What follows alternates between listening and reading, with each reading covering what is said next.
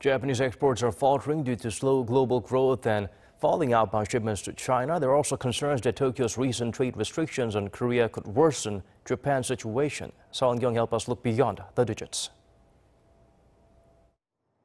Japanese exports remained sluggish in May, falling for the sixth consecutive month. According to the Korea International Trade Association on Tuesday, Japan's outbound shipments were tailed at roughly $54 billion in May, down nearly 8% on year. Tokyo's exports have been on a steady downward trajectory since December of last year. Although the country started the year off strong in 2018 with a 12.3% on-year surge in exports in January, the figure dropped to minus 3.9% by December. The downward trend has persisted in the new calendar year as well. Exports slumped 8.4% in January 2019, leading up to a 7.8% fall in the month of May. A senior researcher at the Korea International Trade Association said the sluggish sales of semiconductor manufacturing equipment, wireless devices, and electronic components have largely contributed to Japan's ailing exports. The share of Japanese exports in world trade is shrinking as well.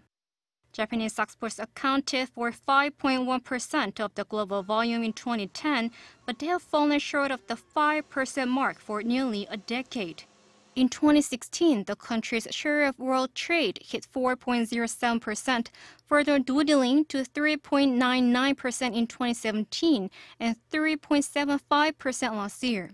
Dark clouds are looming over its export forecast for the second half of the year as well, due to Japan's trade spat with Korea, its third largest trading partner.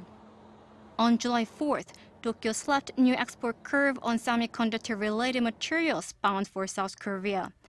Analysts point out that Japan's export restriction may be a self-harming measure. Japan's decision will initially have a negative impact on South Korean exports, but eventually, their decision will end up hurting both countries because Japan would have a hard time obtaining components for their electronic goods.